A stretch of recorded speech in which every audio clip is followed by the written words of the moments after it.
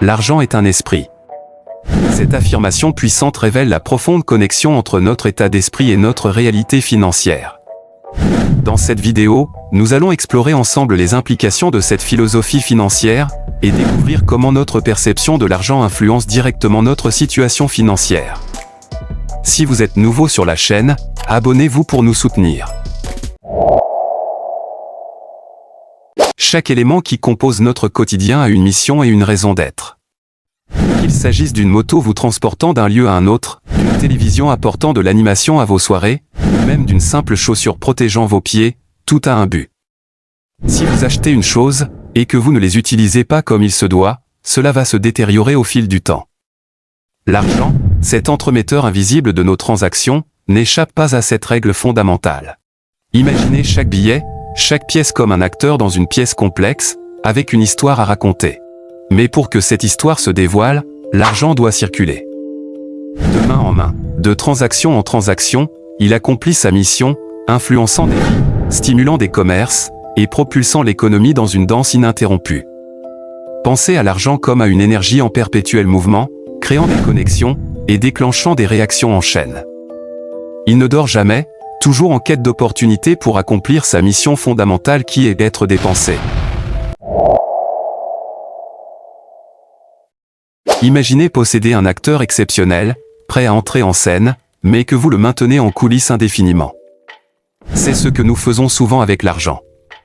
Plutôt que de le laisser jouer son rôle, nous le cachons, le stockons ou le laissons dormir dans des comptes bancaires. Mais rappelez-vous, l'argent a une mission fondamentale, être dépensé. Prenons l'analogie d'une plante privée de lumière. Si vous la laissez dans l'obscurité, elle tordra sa croissance pour chercher la lumière. De même, en privant l'argent de son rôle actif, des événements inattendus peuvent surgir, le forçant à jouer, parfois de manière que nous n'avions pas anticipée.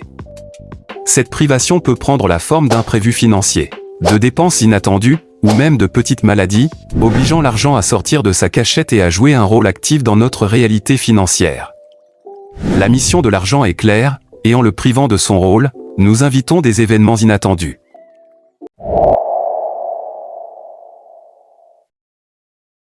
Notre vision traditionnelle de l'épargne est souvent teintée de sagesse financière, mais il est essentiel de comprendre que l'argent a une mission dynamique. Trop d'épargne peut figer cette énergie financière, la privant de son potentiel de circulation. Imaginez notre épargne comme une respiration pour l'argent. Trop retenir l'air peut causer des déséquilibres, de même, trop retenir l'argent peut conduire à une stagnation financière.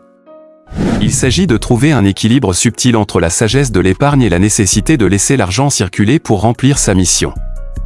Réfléchissons à la façon dont nous percevons l'épargne. Est-ce un moyen de sécuriser l'avenir? Ou parfois, est-ce un acte de priver l'argent de son rôle actif, dans notre vie financière? Comment pouvons-nous réajuster notre relation avec l'épargne, pour qu'elle serve à la fois nos intérêts financiers, et la mission intrinsèque de l'argent? C'est à ces questions que nous devons répondre pour bien comprendre ce qu'est l'argent.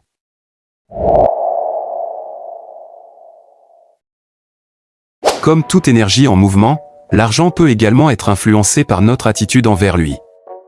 La façon dont nous gérons nos finances, nos choix d'investissement et notre relation émotionnelle avec l'argent impactent sa circulation dans nos vies.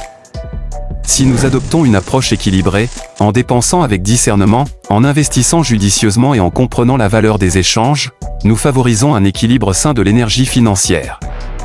En revanche, une attitude basée sur la peur, la rétention excessive ou des choix impulsifs peut perturber cet équilibre, entravant la pleine réalisation de la mission de l'argent. Il est essentiel de cultiver une mentalité consciente et responsable envers l'argent, reconnaissant sa nature dynamique et son potentiel à enrichir nos vies et celles des autres. En trouvant cet équilibre, nous participons activement à l'harmonie de l'énergie financière, favorisant ainsi un bien-être financier durable.